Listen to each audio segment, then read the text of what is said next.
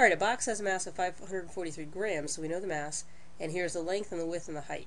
Take a second to figure out the volume first, multiply these three together, and then go ahead and figure out density and then check your answer. Okay, so if you multiply 7.3 times 4.5 times 5.0, you should get 164.25, and then you put the mass on top, divide the two, and then you should get about 3.3. Now in terms of sig figs, usually you like to consider sig figs at the very end of the problem. So what I did is I just multiplied these three together, wrote down whatever was on the calculator, 164.25, and then I divided through, and I realized I have 3 sig figs here, 2, 2, and 2, so my answer is going to have 2.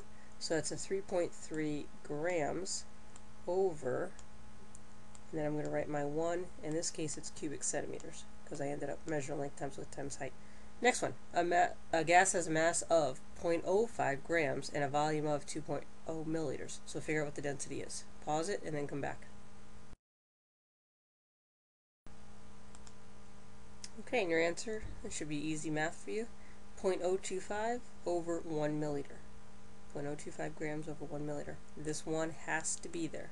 I am mandating that you put it there at least in the beginning of the year. Next one, nice and simple. Solid has a mass of and a volume of, so go ahead and figure what that is.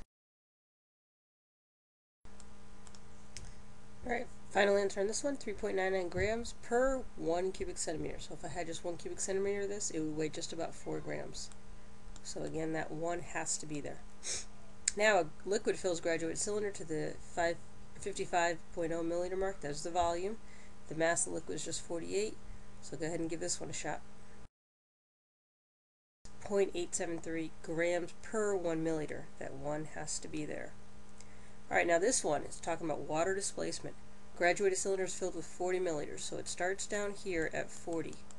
And then it says a marble with a mass of 45 grams, so I know that that's my mass that goes on top. 45 grams is added to the graduated cylinder, and now the water level goes up to 55 milliliters. So that's an increase in 15 milliliters. And then if it goes up 15, that's my volume. The only reason it went up is because the marble took up 15 milliliters of space.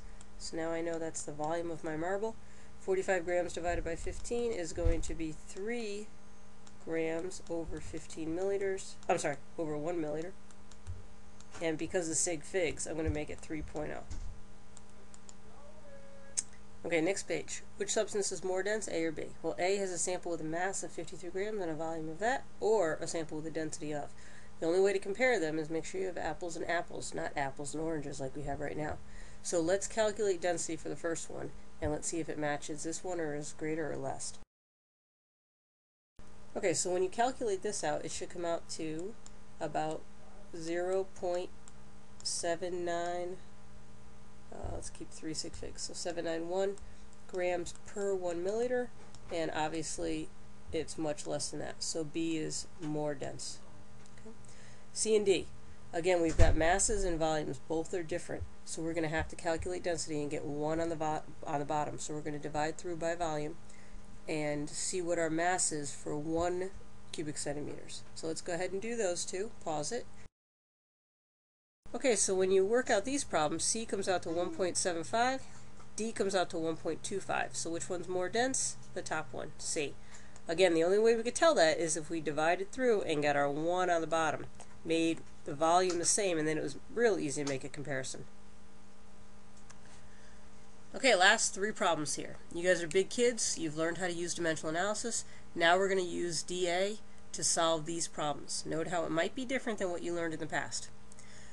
Alright, so solve the following. Determine the mass of a sample if the density is 3.5 grams per cubic centimeter and the volume da-da-da-da.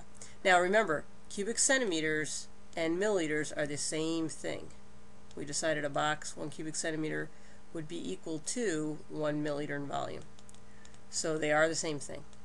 Alright, so here we go. We've got our density. Notice that this is a conversion factor. We've actually got 3.50 grams over 1 cubic centimeter. So that's a conversion factor. Pretend it's on a white card. Alright, we've got our volume. So we're going to start with what we either know, the mass or the volume. So we've got volume today. We'll start with that. 8550 milliliters. Now we want to get milliliters on the bottom. Remember, milliliters are the same as cubic centimeters. So I'm going to just put 1 milliliter, or I could have put 1 cubic centimeter. Either way, milliliters are going to cancel. And I put 3.50 grams on top. And then I do my math, 8550 times 3.50. And I'm going to look and keep, we got 3 sig figs here and 3 sig figs here, so I'm going to keep 1, 2, 3 spots. So I'm going to keep the 2, 9, comma 9 and change the rest to zeros. And that's grams in this case because I'm looking for grams. Notice my milliliters cancels out. I'm sorry, it's yeah, grams, because that's what I have there. Okay? Alright, next one. Determine the volume of, and we've got a 67.3 gram sample. So I put grams up there. Now I want grams to cancel down here. So I look at my unit, or my conversion factor. The 0.80 goes with the grams. The 1 goes with the milliliters. So notice I've taken my density and just flipped it upside down. Nice and easy. Grams cancel out. I'm left with milliliters. So I just do 67.3 divided by 0.8, and I end up with 84. And I'll keep 2 sig figs because 0.80 has 2, so 84 milliliters. Okay, and there's my final answer for that one. And finally, you've got a block, 4.5, so you got the dimensions. You got the length times width times height, so you're going to get the volume of that first, and then you've got the density. Now you have to determine the mass. So we're going to start with cubic centimeters over here. So I'm going to multiply length times width times height. 4.5 times 3.4 times 2.0, and that comes out to 30.6. Again, we'll worry about sig figs at the end of this whole mess. So just write down what your volume is, 30.6. And then, same thing we've been doing, you want centimeters to cancel because you don't want it anymore. You want to end up with the mass, so you put centimeters on the bottom so they'll cancel. You put grams on top, and then you look at your conversion factor, which is your density. Density is a conversion factor. We've got 12.30 grams if I had 1 cubic centimeter. So now I know my cubic centimeters cancel, and then that number times 12.3 equals, and I'm going to keep 2 sig figs, so my calculator spits out 376.38, and I'm going to keep my 2 largest places, so I'm going to change that to 380, and then put my units on it, grams, 2 sig figs. So you should understand, if you look through this, you should understand the idea of comparing masses and volumes, how easy it is when one thing is the same. When more than one variable, or both variables in this case, change, then it's very difficult to make comparisons.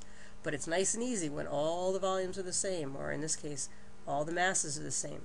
So we have this handy dandy formula that allows us to divide through and get 1 on the bottom. Always, always, always. Once you have 1 on the bottom, it's easy to make comparisons.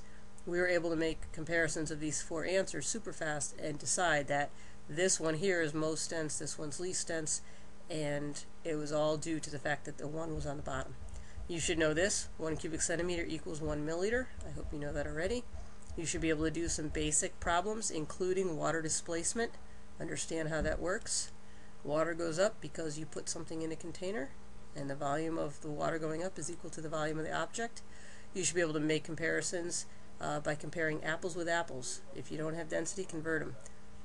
And then finally, you should be able to use dimensional analysis.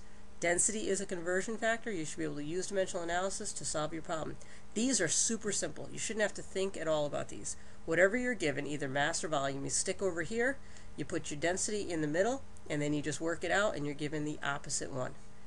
So you've got milliliters in this first problem. Milliliters cancel, you end up with grams.